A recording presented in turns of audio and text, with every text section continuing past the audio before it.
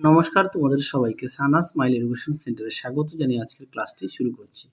আজকে তোমাদের সঙ্গে আলোচনা করব তোমরা যারা অষ্টম শ্রেণীর প্রথম পর্যায়ক্রমিক মূল্যায়ন পরীক্ষা দেবে তোমাদের জন্য রায় ও মার্টিন প্রশ্নবিচিত্র থেকে আজকে সমাধান করব অষ্টম শ্রেণীর বাংলা বিষয় মডেল নম্বর 4 অর্থাৎ 4 নম্বর স্কুলের যে সমস্ত ছোট ও বড় প্রশ্নগুলি আছে তার সমস্ত প্রশ্নের উত্তরের সমাধান করে দেখাবো। চলো দেরি না করে মূল বিষয়ে যাওয়া যাক।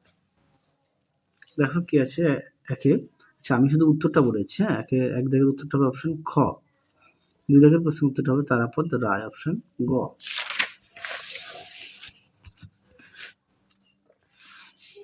তিন দাগের প্রশ্নের উত্তরটা হবে অপশন ক, চারের উত্তরটা হবে অপশন ক, পাঁচের উত্তরটা হবে অপশন ঘ, ছয়ের উত্তরটা হবে অপশন ঘ, সাত দাগের প্রশ্নের উত্তরটা হবে অপশন ক, আটের উত্তরটি হবে অপশন খ। পরবর্তী দেখো কি বলেছে, সেইটা সবার চেয়ে শ্রেয়, কোনটি সবার চেয়ে শ্রেয়? দেখো উত্তর, দেখো প্রশ্নটির উত্তরটি এখান থেকে এই পর্যন্ত লিখবে। পরবর্তী প্রশ্ন দেখো, দুই দাগের প্রশ্নের উত্তরটা হবে পশুত। তারপরে দেখো খণ্ডস্বর কি, উত্তরটা লিখবে যে স্বরধ্বনি স্বাধীনভাবে উচ্চারিত হতে পারে না, অন্য স্বরধ্বনির সাথে যুক্ত হয়ে উচ্চারিত হয় তাকে খণ্ডস্বর বলে।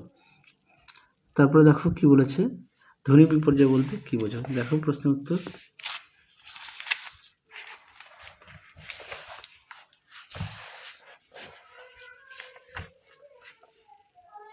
দেখো প্রশ্নের উত্তর ধ্বনি বিপর্যয়, এখান থেকে এই অবধি উত্তরটা লিখবে।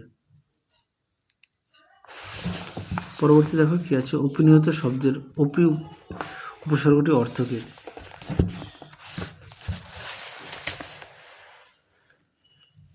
দেখো প্রশ্ন উত্তর,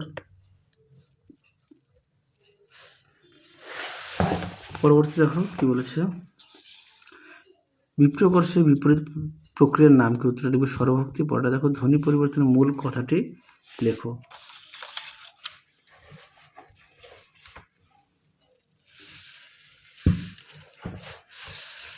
দেখো উত্তরটি এখান থেকে এই অবধি লিখবে। পরবর্তী দেখো 2-8 প্রশ্ন কি আছে, হরিহর আজকাল কোথায় গোমাস্তার কাজ করে? উত্তরটা লিখবে ইছামতির পারে নিশ্চিন্ত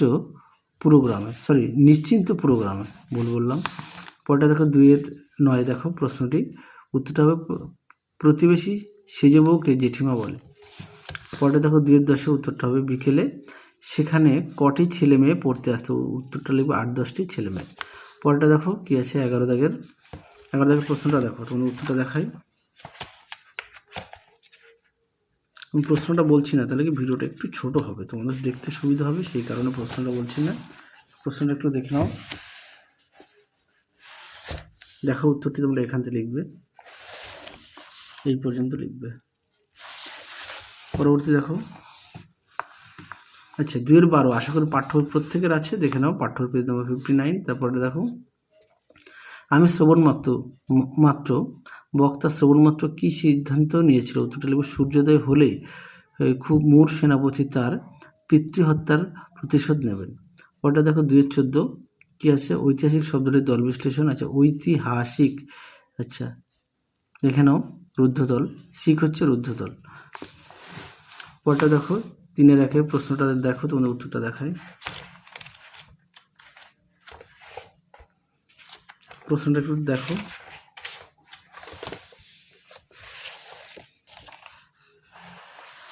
দেখো উত্তরটি, উত্তরের বাক্যাংশটুকু দেখো। পরবর্তী দেখো কি আছে 3-2 প্রশ্নটা দেখো,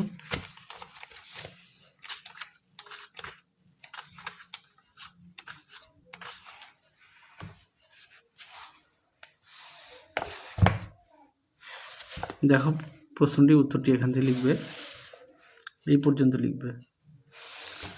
পরবর্তী দেখো 3-3 প্রশ্নটা দেখো,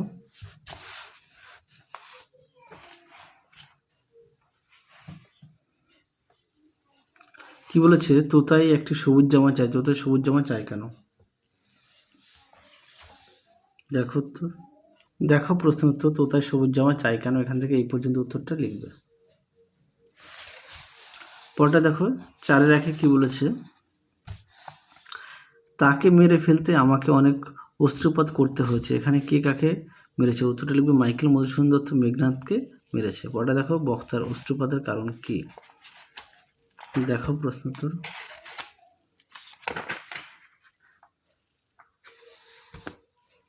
তোমরা উত্তর এটা লিখতে পারো, মেঘনাথের মৃত্যু দৃশ্য বর্ণনা যে তার কাছে ভীষণ পীড়াদায়ক ও বেদনার। আচ্ছা, পরে দেখো এই প্রশ্নের উত্তরটা একটু পাঠ্য বই থেকে দেখে নিও। আশা করি প্রত্যেকের কাছে পাঠ্য বই আছে।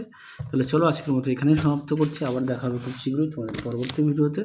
তোমরা সবাই সুস্থ থেকো, ভালো থেকো। আজকের মতো টাটা।